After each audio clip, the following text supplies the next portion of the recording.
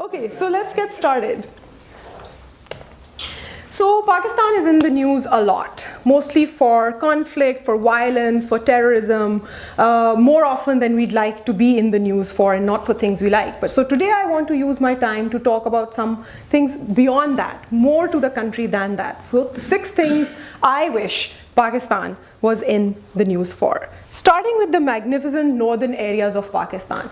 3 of the largest mountain ranges in the world converge in Pakistan's north, the Hindu Kush, Himalaya, and the Karakoram. This is a shot of the Concordia base camp, surrounded by 4 of the highest mountains in the world.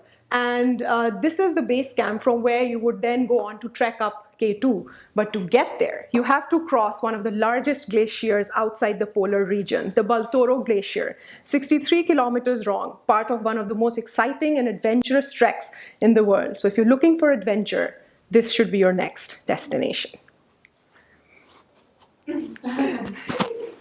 When the snow melts and the spring comes to the northern areas, it fills up with flowers. These are the Deosai plains. Deo means giant and Sai means shadow. So under the shadow of the giant mountains, over 300 varieties of flowers bloom in millions to cover the Deosai plains in spring, which is in August. Also, when spring comes, melts the lakes. The glorious lakes sprawled across the northern areas. On the left is the Atabad, on the right is the Atabad Lake, and that's near Saiful Muluk, which is named interestingly after an Egyptian prince who had a dream about fairies in turquoise waters. So if you want to know more about that legend, come talk to me.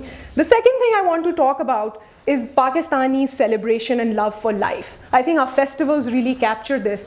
And a picture here is from the Basant, the kite flying festival to welcome spring. And kite flying is serious business.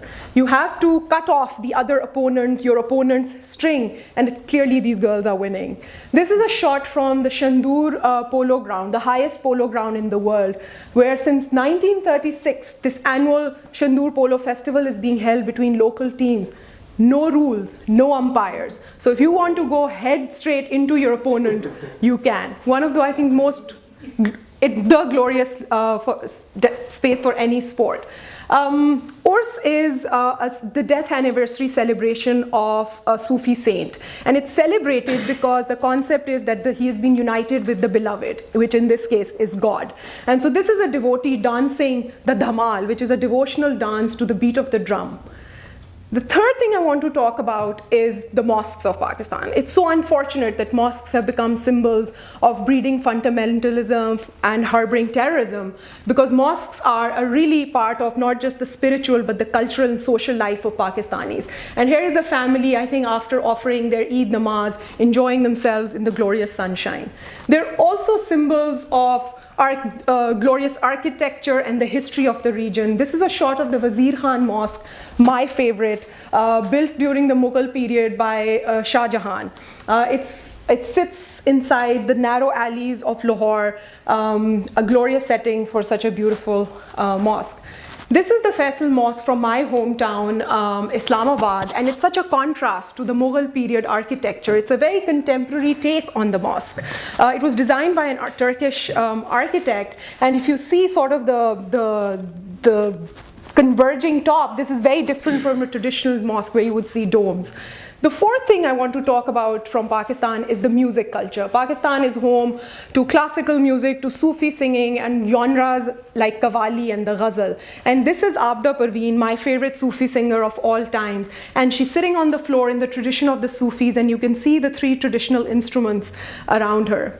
Coming to the contemporary music, Pakistan has a very vibrant rock and pop culture of music as well.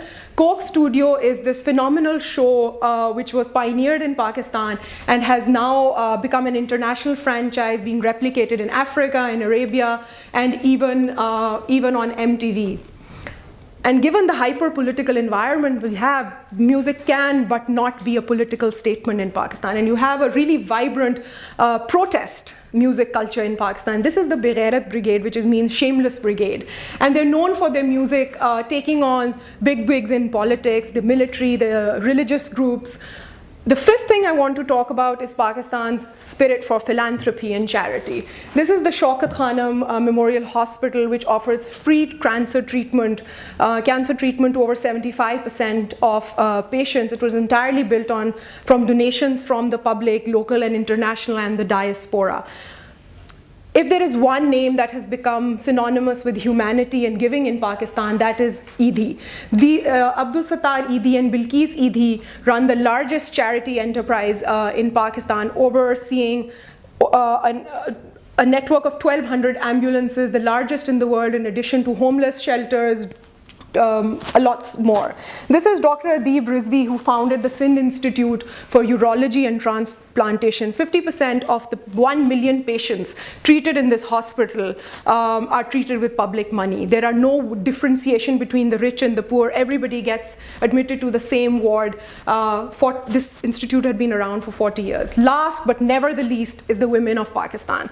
Even though this is Oxford, since I've come here, I've been asked, this is the question I'm asked the most, what it is like to be a Pakistani woman. Do I need to cover my head? Can I work? So here's the latest celebrity woman of Pakistan, astrophysicist who was part of the group that just discovered the gravitational waves. This is Sharmeen Obaid Chinoy, who just won her second Oscar this year she's a documentary filmmaker for her movie, A Girl in the River. Her first Oscar was for Saving Face in 2012. Her work has been extremely influential, especially this latest movie in the context of the passing of the Women's Protection Bill in Punjab. And lastly, this is Samina Beg, the first Pakistani woman to climb the Everest and the third Pakistani to climb the Everest. And for me, she sort of represents what it is to be a Pakistani today. It is as hard as climbing the Everest, but the reward is in the climb itself, and the aspiration to reach the top is what keeps us going. Thank you very much.